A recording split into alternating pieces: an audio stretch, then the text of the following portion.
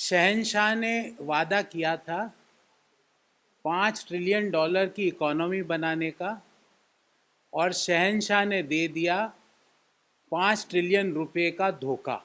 बैंकों में पिछले 7.5 साल में $5 ट्रिलियन से ज़्यादा का धोखा हुआ है। और ध्यान रहे, ये मैं नहीं कह रहा, एक आरटीआई रेस्पॉन्स में ये पता लगा कि ये धोखेबाज और धोखे वाले लोग हैं। इनसे रिकवरी 2020-21 में 0.7% हुई, मतलब 5.35 ट्रिलियन अर्थात 5,35,000 करोड़ का पिछले 7.5 साल में बैंकों से धोखा हुआ। और कौन है वो धोखेबाज, उनकी नाम भी गिनाऊंगा आपको। और ये लिस्ट ऐसे बढ़ रही है जैसे, मतलब जो कोरोना का संक्रमण जिस तरह बढ़ा था सेकेंड वेव में, वैसे इन धोखेबाजों की लिस्ट बढ़ती जा रही है। $5 ट्रिलियन का किया था वादा और दे दिया देश को $5 ट्रिलियन का धोखा। एवरेज पिछले 7.5 साल में प्रतिदिन बैंकों का धोखे में रकम जो डूबी है वो 195.5 crore, 195.5 crore rupee is the average loss to the banking industry due to the frauds committed। मतलब अभी हम प्रेस कॉन्फ्रेंस आज जब खत्म करेंगे तो आज 195.5 करोड़ का धोखा बैंकिंग इंडस्ट्री के साथ फिर एक और हो जाएगा। ये एवरेज है। एज पर आरटीआई रेस्पॉन्स, इन धोखेबाजों से 2020-21 में जो रिकवरी हुई है वो 0.7%, 0.7%। और मॉडल क्या बना है? Ease of looting banking industry. Model बना है ease of committing frauds. Model बना है लूट एंड एस्केप, लूटो और भागो। बैंकों का पैसा लूटो और भाग जाओ। और सुदूर विदेशी लोकेशंस पर, समुद्री तटों पर उनकी फोटोएं देखने को मिलती है जो देश का पैसा लूट के भाग रहे हैं। अभी देश के इतिहास का सबसे बड़ा बैंकिंग फ्रॉड हुआ, 22,482 करोड़ रुपए का, देश के इतिहास का। आज तक पिछले 75 साल में कई रिकॉर्ड बनाए। पिछले 7.5 साल में मोदी जी ने देश को सबसे बुरी बेरोजगारी दी, देश की जो वो होलसेल प्राइस इंडेक्स है वो 12 साल के सर्वोच्च स्तर पे पहुंचाया, रुपये को डॉलर के मुकाबले एशिया की सबसे निम्नतम करेंसी घोषित करवाया। और अब बैंकिंग इंडस्ट्री का सबसे बड़ा धोखा जो अभी हुआ उसमें 22,842 करोड़, 22,842 करोड़ रुपी is the fraud committed by a company named as ABG Shipyard। ये शिपयार्ड वाले क्या कर रहे थे उसका ब्यौरा आज लेके आया हूं। इन्होंने 22,842 करोड़ का धोखा किया बैंकिंग इंडस्ट्री के साथ। और 5 साल तक सरकार ने क्या किया आपको पता है? ये धोखा आज समाचार पत्रों में आज बाहर आ रहा है, पर सरकार को इसकी जानकारी 2017 में ही थी और उसके भी साक्ष्य हैं हमारे पास। 5 साल तक सरकार खेलती रही ऑफिस फाइल। कभी वहां उस ऑफिस में फाइल भेजती, कभी एसबीआई सीबीआई को फाइल भेजते, कभी सीबीआई से फाइल वापिस एसबीआई में आती। और वो 5 साल तक आराम से धोखेबाज घूमते रहे। और अभी कहाँ है उसके बारे में भी आपको जानकारी दूंगा। मोदी गवर्नमेंट का एक ही स्कीम है, लूटो भागो। मोदी गवर्नमेंट की एक ही स्कीम है अपने दोस्तों के लिए, ease of doing fraud to the banking industry.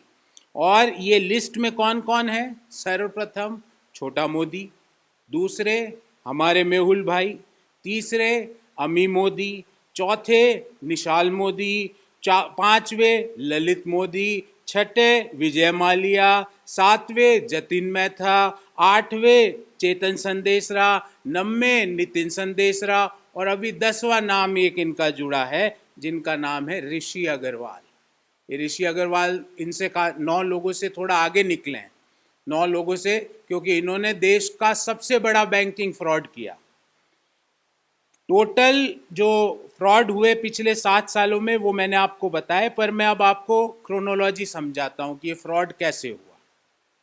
1 अगस्त 2017 को, मतलब आज से 5 वर्ष पूर्व, लिक्विडेशन का प्रोसेस स्टार्ट होता है एबीजी शिपयार्ड का, और NCLT national company law tribunal में केस फाइल होता है अहमदाबाद की बेंच में।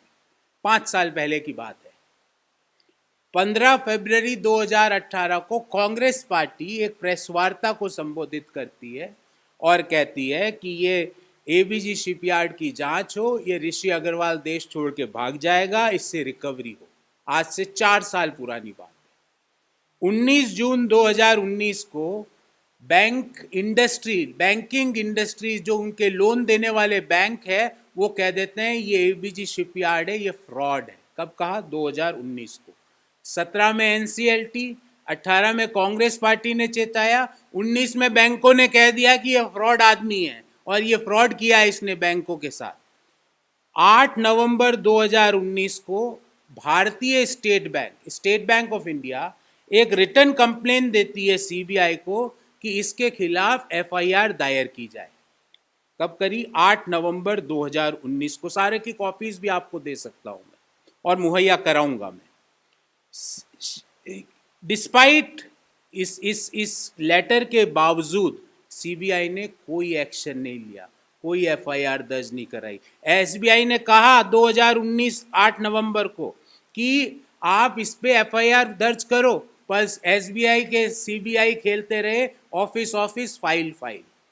फिर 25 अगस्त 2020 को, आज से 2 साल पहले, एसबीआई ने फिर एक कंप्लेन लॉन्च करी सीबीआई में कि आप इस पे एफआईआर डालिए, ये नहीं तो भाग जाएगा ये पैसा लेके देश का। सीबीआई फिर भी खामोश, बिजी होगी, क्योंकि उस समय जो इलेक्शन चल रहे होंगे तो मान लो विपक्षी दलों के नेताओं पे छापे मारने, इन पे तो मारने नहीं है, इनको तो सेफ रूट देना है ताकि ये विदेशी सुदूर इलाकों में बस जाए जाके। 25 अगस्त की जो 2020 की सेकंड कंप्लेन भी जो सीबीआई को दी, उस पर कोई एक्शन नहीं हुआ। 7 फरवरी 2022, मतलब आज से 7 दिन पहले, आज 14 तारीख है, 7 दिन पहले सीबीआई आप 5 साल के डिले के बाद में एबीजी शिपयार्ड और ऋषि अग्रवाल पे चीटिंग फ्रॉड का केस दायर करती है, एफआईआर लिखती है under prevention of corruption act. अब इसमें 2-3 बातें और बताऊंगा, फिर हम आप सरकार से सवाल पूछेंगे। पहली बात तो ये एबीजी शिपयार्ड वही कंपनी है जिसको नरेंद्र मोदी जी जब गुजरात के मुख्यमंत्री थे तो 1400 स्क्वायर मीटर की जो जमीन थी वो 700 स्क्वायर मीटर में दी 2007 में, और 1 square metre, 100 square metre, 1000 square metre नहीं, 1,21,000 स्क्वायर मीटर जमीन 2007 को एबीजी शिपयार्ड को 1400 की जगह 700 में दी। ये भी सवाल मैंने नहीं पूछा, C&AG ने इस पे क्वेश्चन उठाया कि मोदी जी आपने 1400 स्क्वायर मीटर की जमीन अपने मित्रों को 700 स्क्वायर मीटर में, और वो भी 1 स्क्वायर मीटर नहीं, 1,21,000 स्क्वायर मीटर क्यों दी? ध्यान रहे, उसके बाद भी ये कहानी यही नहीं खत्म हुई। 2015 में गुजरात के दहेज में इसी कंपनी को 50 हेक्टेयर लैंड भी गुजरात सरकार द्वारा दी गई 2015 में। अब जब देश का सबसे बड़ा बैंकिंग फ्रॉड देश के सामने आ चुका है, जब सीबीआई ने 5 साल बाद एफआईआर लिख दी, जब एसबीआई की 2 कंप्लेन के बाद भी सीबीआई 2 साल तक एफआईआर नहीं लिखी पर अब लिख चुकी है, प्रधानमंत्री जी, वित्त मंत्री जी, आप चुप क्यों हैं? आप देश को ये क्यों नहीं बताते कि ये 22,842 करोड़ रुपए का फ्रॉड कैसे हुआ? क्योंकि ये छोटी रकम नहीं है आदरणीय साथियों। प्रतिदिन देश में फ्रॉड हुआ 195 करोड़ रुपए का, और प्रतिदिन मनरेगा का खर्चा है ना, वो भी इतना ही है। मतलब अगर ये फ्रॉड नहीं होते तो हमारा मनरेगा का बजट हम डबल कर सकते हैं, और डबल से भी ज्यादा कई सालों में। तो प्रतिदिन, क्योंकि 73,000 करोड़ का इस वर्ष का मनरेगा का बजट है, तो प्रतिदिन मनरेगा का देश का बजट है 200 करोड़ रुपया, और प्रतिदिन 195.5 करोड़ का फ्रॉड हो रहा है। तो हमारे जो ग्रामीण अर्थव्यवस्था बैठी हुई है, कंजम्पशन बैठा हुआ है, क्योंकि लोगों की जेब में पैसा ही नहीं है। 100 दिन के रोजगार की जगह लोगों को 25, 30, 35 दिन का रोजगार मिल रहा है। अगर ये फ्रॉड नहीं होते तो लोगों को 35 की जगह 70, 30 की जगह 60 दिनों का रोजगार मिल रहा होता, मनरेगा का बजट हमारा डबल हो गया होता। तो पहला सवाल तो हमारा ये है कि आदरणीय प्रधानमंत्री जी, आदरणीय वित्त मंत्री जी, आप देश के सबसे बड़े बैंकिंग के धोखे पर चुप्पी क्यों साधे रखे हो? देश को क्यों नहीं बताते कि ये फ्रॉड आपके नाक के नीचे कैसे हुआ, कौन कौन लोग इसमें संलिप्त थे?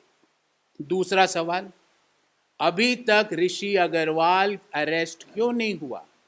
Y Rishi Agarwal is not arrested till date? Number 3, ऐसी भी सूचनाएं आ रही है कि वो कोई विदेशी लोकेशन पे ऑलरेडी जा चुका है, ऐसी सूचनाएं आ रही है। हम पूछना चाहते हैं आदरणीय प्रधानमंत्री जी से कि ऋषि अग्रवाल की सिटीजनशिप किस देश की है? देश को बताइए आप। और उसने कब, अगर वो इस देश का सिटीजन नहीं है तो कब उसने सिटीजनशिप चेंज करी? क्योंकि पिछले 5 साल से तो उसकी कंपनी का केस एनसीएलटी में चल रहा था। 4 साल पहले कांग्रेस ने आपको चेताया कि ये भगोड़ा देश के लोगों का पैसा लेके भाग जाएगा। मध्यम आय वर्गीय व्यक्ति अगर 1 रुपया 1 मिनट भी डिले कर देता है टैक्स फाइलिंग का तो उसको नोटिस आ जाता है। एक सैलरीड क्लास व्यक्ति अगर 1 रुपया भी कम टैक्स का पेमेंट करता है तो उसको नोटिस आ जाता है। हम पैसा पे करते हैं और ये पैसा भगोड़े ले लेके उड़ जाते हैं देश के बाहर। 22,842 करोड़ रुपया हमारा पैसा, आपका पैसा, हम सबका पैसा भगोड़े लेके उड़ गए। चौथा सवाल, रिजर्व बैंक ऑफ इंडिया क्या कर रही है?